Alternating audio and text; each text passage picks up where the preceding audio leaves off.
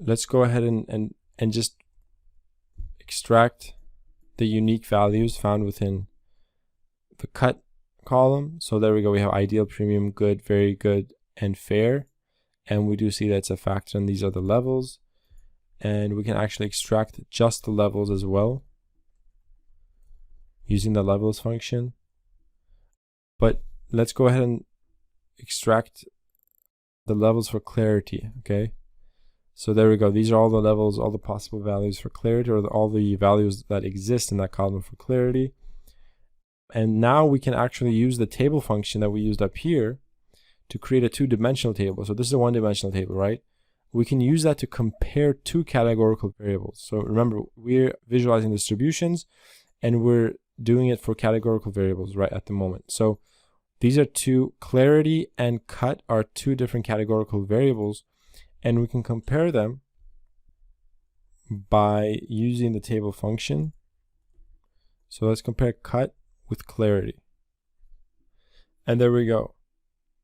So there are, for example, how you would read this would be, there are 210 fair diamonds that have this clarity. Okay. Or there are like 1,212 diamonds that are ideal, but that have this clarity. So I guess since IF is the highest ranked clarity and ideal is the highest ranked cut, there are 1,212 like top-notch diamonds if you're just talking about these two variables here. So this is a very good way to visualize two categorical variables. Now, it is somewhat rare to visualize just categorical variables, but it's definitely something that you need to do. You need to know how to do it, right?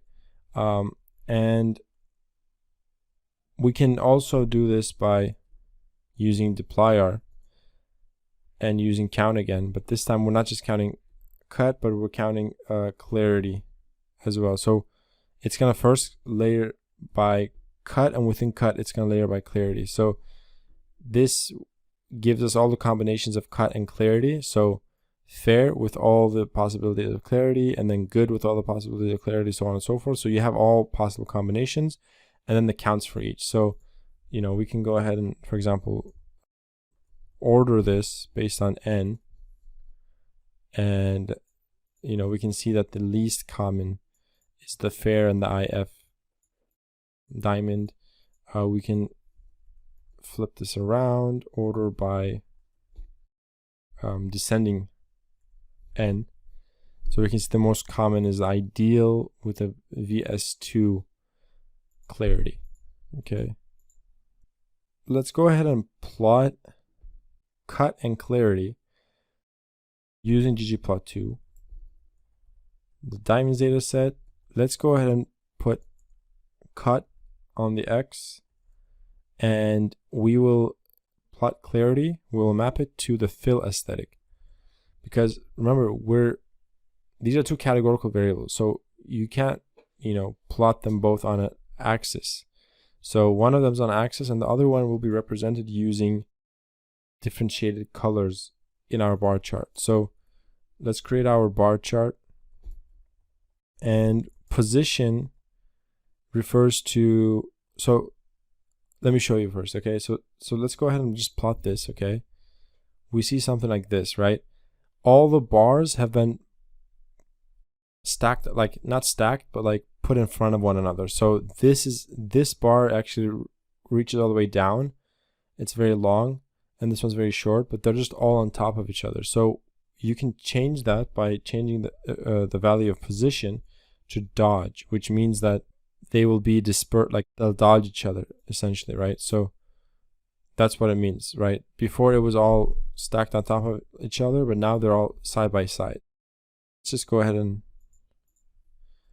just add a theme very quickly. Just, we'll be reviewing how to do this. We'll add an x-axis angle to our text, and there we go. Okay. So this would be basically how you would be able to plot two categorical variables, right? You can't have the second categorical variable on an axis, but this is how you can do it, right? So you have one categorical variable here, and then within each, right, just like we did here, within each, right, we have the other variables. So within each we have clarity. Each level of cut has within it all the clarity possibilities. And so we can see that in general, right, as diamonds become better in terms of cut, they in general become more numerous. However, within each cut, right, Si2, like this here, or VS2 tends to be the most common. And it does seem to be skewed towards the lesser clarity. So in general, it does appear to be that the higher the clarity, the rarer the diamond within each cut. However, overall, that number does increase with improved cut. Okay. So there's a lot of insight to be drawn from this, and depending on the questions that you need to answer for whoever gave you this data set, you can, find some answers for that from here and like include it in your report or whatever. Now, we could have also plotted the same plot, but instead of it like this, right, we could have just flipped the coordinate system to make it look like this, right? So it just depends on how you need to visualize the data, or, different manipulations of the same plot might give you different insight, right? Just because it's easier to see something when it's positioned a certain way.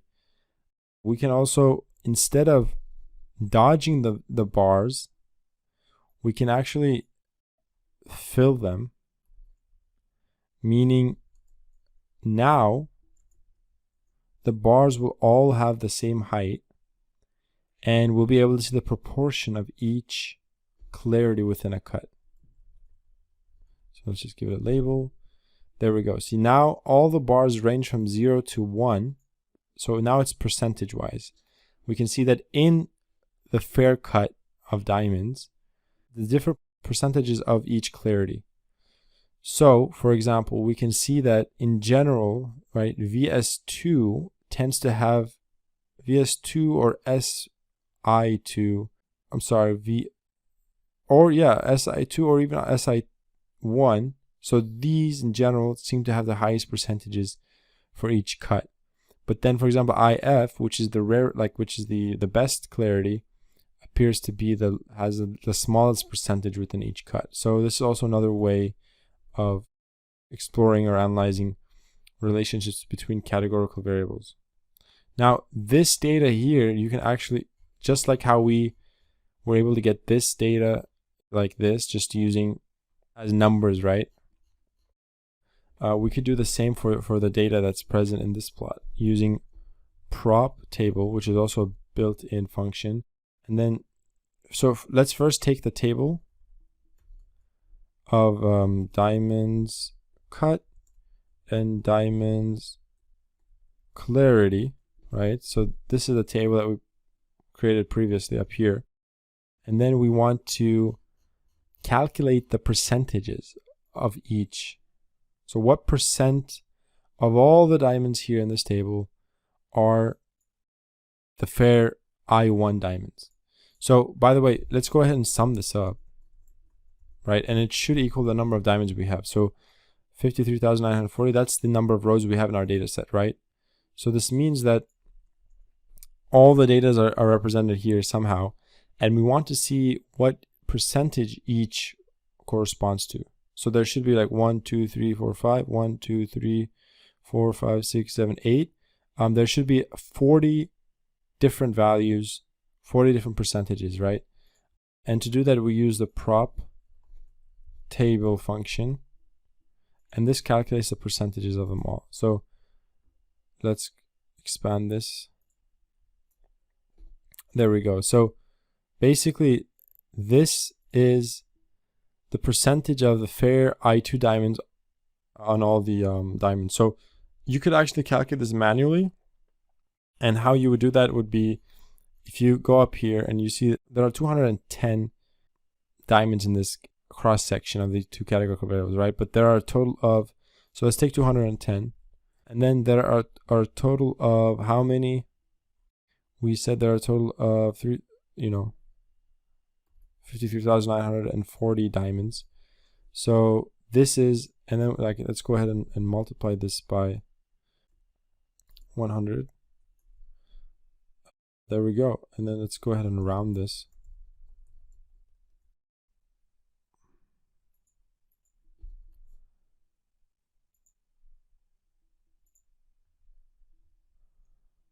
So 0.39% of the diamonds, which this is basically the same number we see here, right? The same number is fair and I2 at the same time.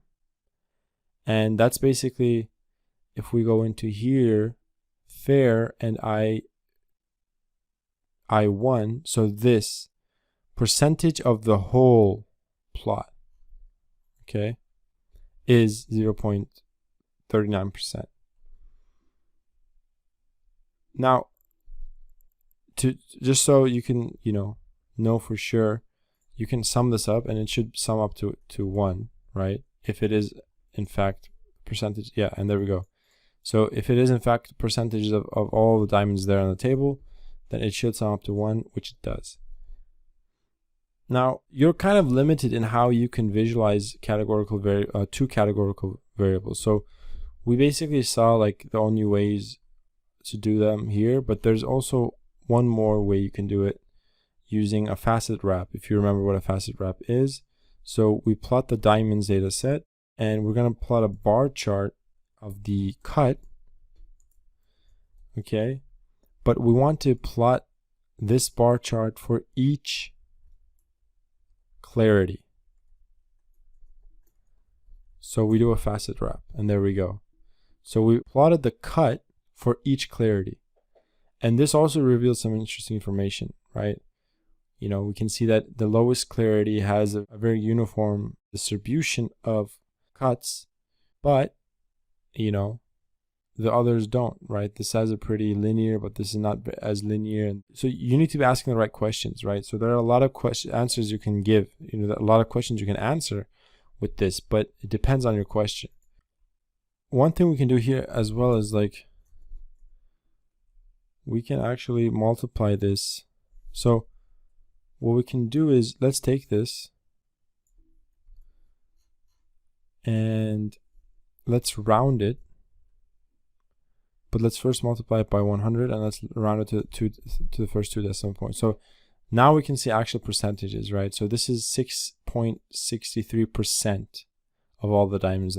They are premium and SI1, and so on and so forth, okay? So,